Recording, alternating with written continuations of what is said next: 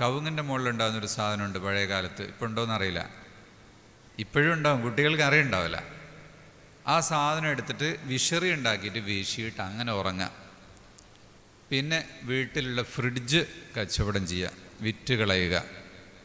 European toilet പൊട്ടിച്ച് കളയുക. Pressure cooker എടുത്ത് വലിച്ചെറിയുക. ഗ്യാസിൻ്റെ അടുപ്പ് ഒഴിവാക്കുക. ഇങ്ങനെ ഒരു നല്ല ജീവിതം നമ്മൾ നയിക്കുകയാണെങ്കിൽ നേരത്തെ പറയപ്പെട്ട ഒരുപാട് രോഗങ്ങളിൽ നിന്ന് മുക്തിയുണ്ടാകും. ഭക്ഷണം കുറേ സമയം വേവിക്കണം. അത് ചെറിയ ചൂടിൽ തീയിൽ വേവിക്കണം. ബ്ലൂ ഫ്ലെയിമുകൾ വലിയ അപകടകാരിയാണ്. പ്രഷർ കുക്കറിലിട്ട് ഫാസ്റ്റായി വേവിക്കുന്നതും ക്യാൻസർ ഉണ്ടാവാനുള്ള ഒരു കാരണമാണ്. അതുപോലെയുള്ള ആഹാര രീതിയാണ് നമ്മെ രോഗിയാക്കുന്നത്. ആട്ടിറച്ചി നന്നായി കഴിക്കുക, കോഴി പരമാവധി ഒഴിവാക്കുക, കോഴിമുട്ട കഴിക്കുക, പാല് കുടിക്കുക, അരിഭക്ഷണങ്ങളും മറ്റുമൊക്കെ കുറക്കുക. നമ്മുടെ നാട്ടിൽ മാത്രം ഉണ്ടാകുന്ന പഴങ്ങൾ കഴിക്കുക. പുറത്തുനിന്ന് കൊണ്ടുവരുന്ന പഴങ്ങളൊന്നും കഴിക്കാതിരിക്കുക. അരി വെളുപ്പിച്ചിട്ട് ചോറ് വെക്കാതിരിക്കുക, പത്തിരി ഉണ്ടാക്കാതിരിക്കുക. ചുവന്ന അരി കൊണ്ട് ചോറുണ്ടാക്കുക, പത്തിരി ഉണ്ടാക്കുക. വീട്ടിലുള്ള അരിപ്പക്കിണ്ണം, അരിപ്പ, തരിപ്പ, സ്വീവിങ് നെറ്റ് ഒഴിവാക്കുക. അങ്ങാടിയിൽ നിന്ന് മൈദപ്പൊടിയും ഗോതമ്പിൻ്റെ പൊടിയും ഒന്നും വാങ്ങാതിരിക്കുക.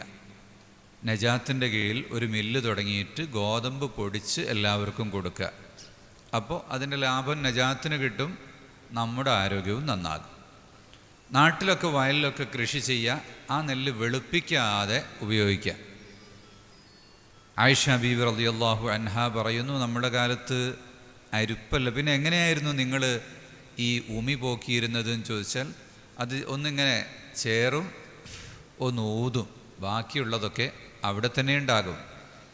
ഉമ്മുഹാനി ബീവി നല്ലൊരു മൈദപ്പൊടിയുടെ ചപ്പാത്തി ഉണ്ടാക്കി കൊടുത്തപ്പോൾ റസൂലുള്ളാഹി സ്വല്ലല്ലാഹു അലൈഹി വസല്ലം നിങ്ങൾ പറഞ്ഞു, നല്ല മിനുസമുണ്ടല്ലോ, എവിടെ നിന്നാണിത് കിട്ടിയത്, ഉഷാറായിട്ടുണ്ട് എന്നൊക്കെ പറഞ്ഞു. എന്നിട്ട് പറഞ്ഞു, ആ ഉമി എടുത്ത് ഇങ്ങോട്ട് തന്നെ ഇട്. ഉമി ഒഴിവാക്കിയിട്ടുള്ള സോഫ്റ്റായിട്ടുള്ള ഫുഡുകൾ അത് ആരോഗ്യത്തിന് കേടാണ്. ഹോർലിക്സ് കുടിക്കരുത്. കുടലിൽ പറ്റിപ്പിടിക്കുന്ന അങ്ങനത്തെ സാധനങ്ങളൊന്നും കഴിക്കരുത്. മെനയാന്ന് അജ്മീർ ഖാജ മൊയ്നുദ്ദീൻ ചിശ്തി ഖദ്ദസല്ലാഹു സിറഹുൽ അസീസ്, അവരുടെ ആണ്ടാണല്ലോ ഇപ്പോൾ, അവരുടെ നാട്ടിൽ നിന്നൊരാൾ വന്നു മർക്കസ് നോളജ് സിറ്റിയിൽ. ക്യാൻസറിൻ്റെ വലിയ ഡോക്ടറാണ്. എന്താ ക്യാൻസർ സ്പെഷ്യലിസ്റ്റിന് പറയാ? കുട്ടികളാരാ പറയുന്നവരെഴുന്നേറ്റ് ചോദ്യം ചോദിച്ചാൽ മാത്രം പോരാ, ഉത്തരവും പറയണം. ക്യാൻസറിൻ്റെ സ്പെഷ്യലിസ്റ്റിന് എന്താ പറയാ? ഓങ്കോളജിസ്റ്റ്. ഓങ്കോളജിസ്റ്റ് ആയൊരു ഡോക്ടർ, വെസ്റ്റേൺ ഫെലോഷിപ്പൊക്കെ ഉള്ള ഡോക്ടറാണ്. അദ്ദേഹം പറയുന്നു, ക്യാൻസർ ഉണ്ടാകാനുള്ള ഏറ്റവും പ്രധാനപ്പെട്ട ഒരു കാരണം ബയോപ്സി ടെസ്റ്റാണ്. കേട്ടിട്ടുണ്ടാവും ബയോപ്സി ടെസ്റ്റ് എന്നല്ലേ? ക്യാൻസർ ഉണ്ടായാൽ ഒരു സെല്ല്, ഒരു കഷ്ണം മുറിച്ചെടുത്തിട്ട് അത് പൂനെയിൽക്കോ മദ്രാസിൽക്കോ അയച്ചു കൊടുത്തിട്ട് 2 ദിവസം കഴിഞ്ഞാൽ വിവരം കിട്ടും ക്യാൻസറാണെന്ന് പറഞ്ഞിട്ട്. ക്യാൻസർ ഉണ്ടാകാനുള്ള കാരണം ആ ബയോപ്സി എന്ന് പറയുന്ന ടെസ്റ്റാണ്. പിന്നെ ക്യാൻസർ ഒഴിവാകില്ല. പിന്നെ അവിടെ നിന്ന് അങ്ങോട്ട് പറയാനില്ലല്ലോ. ക്യാൻസറിന് ചെയ്യുന്ന ചികിത്സയായ കരിക്കലും മുറിക്കലും വിഷം കലക്കി ഒഴിക്കലും, കീമോതെറാപ്പി എന്ന് പറഞ്ഞാൽ കെമിക്കൽ കലക്കിയിട്ട് ശരീരത്തിൽ ഒഴിക്കുക, കുടിപ്പിക്കുക മരുന്ന്. കരിക്കുക എന്ന് പറഞ്ഞാൽ എവിടെയെങ്കിലും ഒരു സെല്ല് മാത്രം ക്യാൻസർ ആയിട്ടുണ്ടെങ്കിൽ ആ കൈ മുഴുവനും കരിച്ചു കളയുക. പിന്നൊന്ന് അല്ലെ മുറിച്ചൊഴിവാക്കുക. ഓങ്കോളജിസ്റ്റ് ഡോക്ടറാണ് പറയുന്നത്. അദ്ദേഹം പറയുന്നത് ആ കരിക്കലെന്ന് പറഞ്ഞാൽ എലിയെ പേടിച്ച് അടുക്കള ചുടുന്നത് പോലെയാണ്. ഇല്ലം ചുടുന്നില്ല, അടുക്കള ചൂടാണ്. അത് ഒരുപക്ഷെ അടുക്കള മാത്രം കരിക്കും, അല്ലെങ്കിൽ അതിനപ്പുറത്തുള്ള റൂമും കൂടെ തീപിടിക്കും. ക്യാൻസർ വന്നാൽ ഭക്ഷണം കൊണ്ടാണ് ചികിത്സിക്കേണ്ടത്. ക്യാൻസറിനെ ചികിത്സിക്കാനുള്ള രസവും സാമ്പാറും അതുപോലെയുള്ള പ്രത്യേക റെസിപ്പിയുള്ള സാധനങ്ങൾ, പ്രത്യേക തരത്തിലുള്ള കൂട്ടുള്ള സാധനങ്ങൾ. അദ്ദേഹം പറഞ്ഞൊരു കാര്യം, ഈ പച്ചത്തൊലിയും മഞ്ഞ ഉള്ളിൽ അല്ലെങ്കിൽ വെള്ള ഉള്ളിലുള്ള നമ്മുടെ വാഴപ്പഴം അല്ലെങ്കിൽ മാങ്ങ അതുപോലെയുള്ള പഴങ്ങൾ ഉച്ചൻ്റെ മുമ്പ് കഴിക്കണം. റുമ്മാന് അതുപോലെ ബിത്തീഖ് പോലുള്ള പഴങ്ങൾ ഉച്ചൻ്റെ ശേഷം കഴിക്കണം. റുമ്മാൻ വിത്തില്ലാത്ത റുമ്മാൻ വാങ്ങരുത്. വിത്തില്ലാത്ത റുമ്മാൻ ഇറങ്ങുന്നുണ്ട്. വിത്തുള്ള റുമ്മാൻ വാങ്ങണം, അത് മുഴുവനും കഴിക്കണം. രാത്രിയിൽ കഴിക്കേണ്ടത് കറുത്ത പഴങ്ങളാണ്. മുന്തിരി, ഞാവൽപ്പഴം, ബ്ലാക്ക്ബെറി പോലുള്ള സാധനങ്ങൾ. അതുപോലെ ഈ ഭക്ഷണത്തിൽ മനുഷ്യൻ ശ്രദ്ധിക്കലാണ് ഇതിൻ്റെയൊക്കെ പ്രധാനപ്പെട്ട കാര്യം. ആ കുട്ടി ചോദിച്ചത് അതാണ്, പ്രാതൽ കഴിക്കുന്നതിൻ്റെ പ്രാധാന്യം എല്ലാവരോടും പറയണം എന്നാണ്. ബാദിറൂ ബിൽ ഫുതൂർ, പ്രാതൽ നേരത്തെ കഴിക്കണം. മർകസ് നോളജ് സിറ്റിയിലെ ഹോസ്പിറ്റലിൽ കഷണ്ടിക്ക് ചികിത്സിക്കുമ്പോൾ അതിന് കൊടുക്കുന്ന ഏറ്റവും പ്രധാനപ്പെട്ട ഒരു മരുന്നാണ് 7:30 മണിക്ക് മുമ്പായിട്ട് പ്രാതൽ കഴിക്കണം എന്നത്. അത് കഴിക്കാത്തവരുടെ കഷണ്ടി മാറില്ല. കഷണ്ടി മാറും, അസൂയ മാറില്ല എന്നുള്ളത് കൊണ്ട് കഷണ്ടി മാറില്ല എന്ന് വിചാരിക്കേണ്ട. കഷണ്ടി ചികിത്സിച്ച് മർകസ് നോളജ് സിറ്റിയിൽ സുഖമാക്കിയിട്ടുണ്ട്.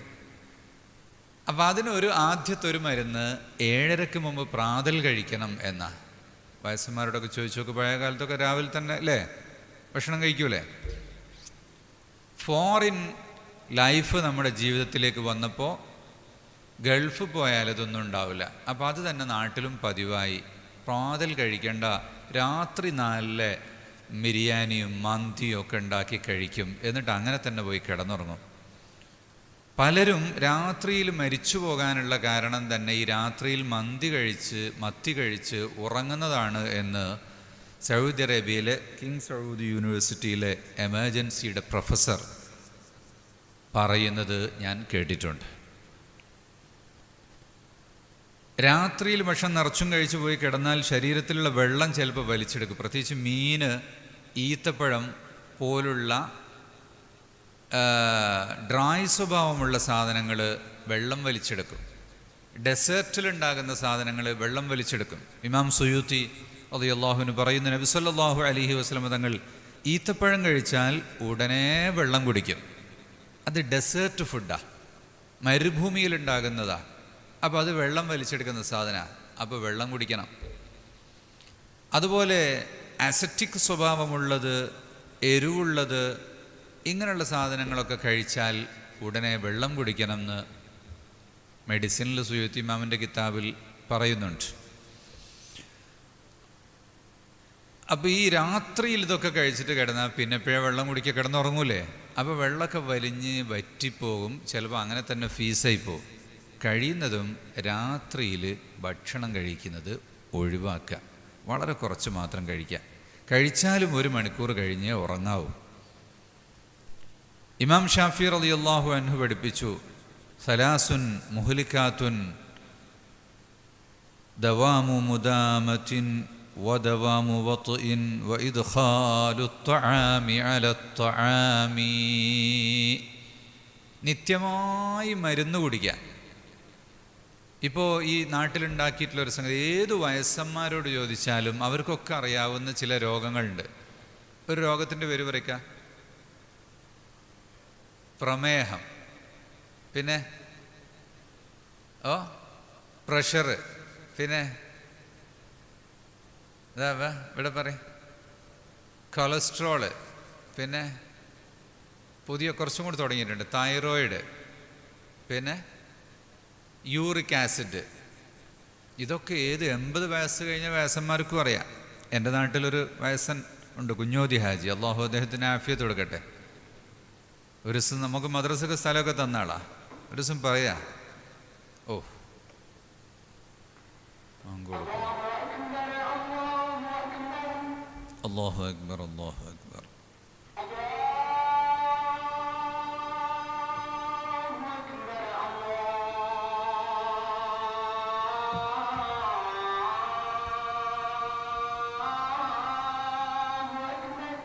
അല്ലാഹു അക്ബർ, അല്ലാഹു അക്ബർ.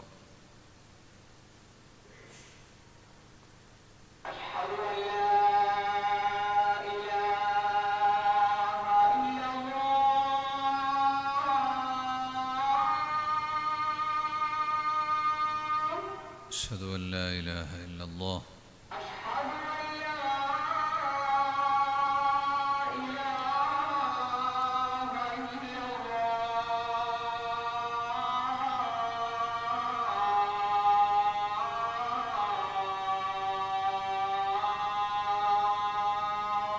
أشهد أن لا إله إلا الله.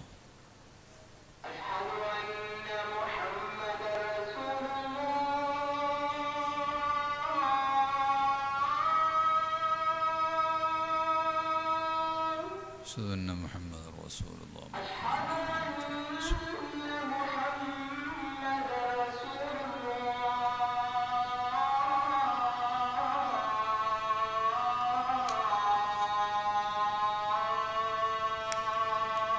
أشهد أن محمد رسول الله صلى الله عليه وسلم.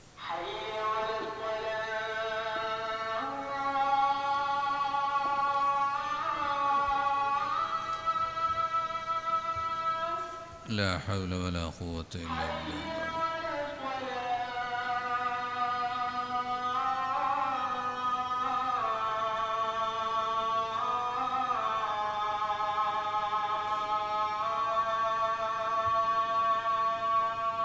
لا حول ولا قوة إلا بالله العلي العظيم.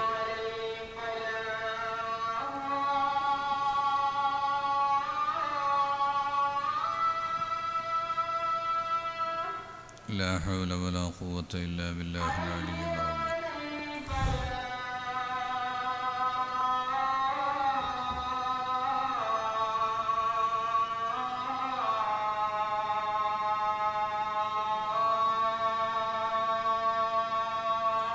لا حول ولا قوة إلا بالله العلي العظيم.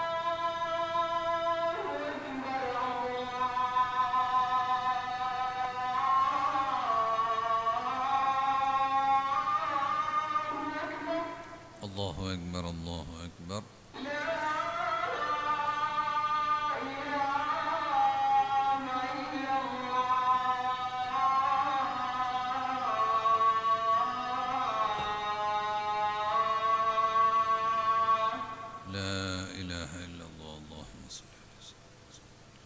اللهم رب هذه الدعوة التامة الصلاة القائمة آت محمدا الوسيلة والفضيلة وابعثه مقام محمود وعده.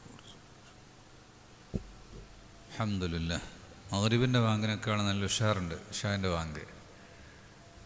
അപ്പോൾ അദ്ദേഹം പറയുന്നത് ഡോക്ടറെ അടുത്ത് കൊണ്ടുപോയിട്ട് സൂചി വെച്ചിട്ട് അയാളെ സൂചി പൊട്ടിപ്പോവാന്നല്ലാതെ എൻ്റെ ശരീരത്തിൽ നോക്കിയിട്ട് ഈ കൊളസ്ട്രോമും പ്രഷറും ഒരു സാധനവും കിട്ടുന്നില്ല.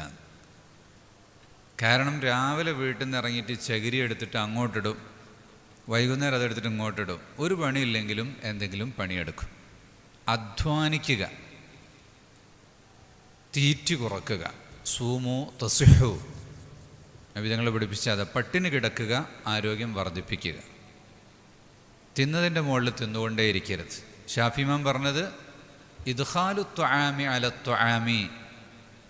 രാവിലെ പ്രാതൽ കഴിച്ചാൽ 10 മണിയാകുമ്പോൾ പിന്നെ കഞ്ഞി കുടിക്കാം, അത് രോഗമുണ്ടാക്കുന്നതാണ്. രാവിലെ ഭക്ഷണം കഴിച്ചാൽ പിന്നെ ഉച്ചക്കേ കഴിക്കാവൂ. ഉച്ചക്ക് കഴിച്ചാൽ പിന്നെ ഒരു 5 മണിക്കൂർ ഗ്യാപ്പില്ലാതെ ഭക്ഷണം കഴിക്കരുത്. പിന്നൊന്നെന്താ, സ്വർഗത്തിൽ ഭക്ഷണം കൊടുക്കുന്ന രീതി വാക്യ സൂറത്തിൽ പഠിപ്പിച്ചിട്ടുണ്ടല്ലോ. യതൂഫു അലൈഹിം ബിൽദാനും മുഖല്ലദൂൻ ബിഅക്വാബിൻ വഅബാരിഖ വകഅസിൻ മിൻ മഈൻ ലാ യുസദ്ദഊന അൻഹാ വലാ യുൻസിഫൂൻ. ആളുകൾ വന്നാൽ ആദ്യം വെള്ളം കൊടുക്കണം കുടിക്കാൻ. മലയാളികൾ ഒരിക്കലും വെള്ളം കുടിക്കാൻ കൊടുക്കില്ല. എന്തെങ്കിലും പഞ്ചസാര പോലുള്ള കെമിക്കൽ കലക്കിയിട്ടേ കുടിക്കാൻ കൊടുക്കും.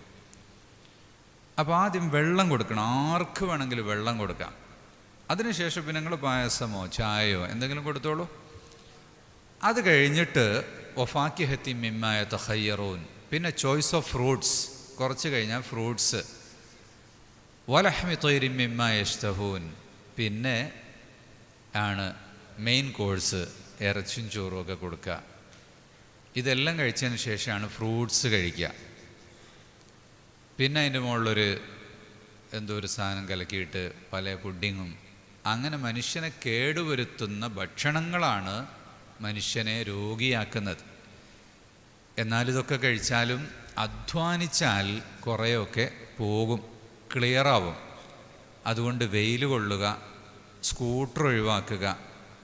1 കിലോമീറ്ററുള്ളൊന്നും ശരിക്കും നമ്മൾ വണ്ടിയിൽ കയറരുത്, നടന്നു പോവുക, മണ്ണിൽ ചവിട്ടുക, ഭൂമിയിൽ സുജൂദ് ചെയ്യുക.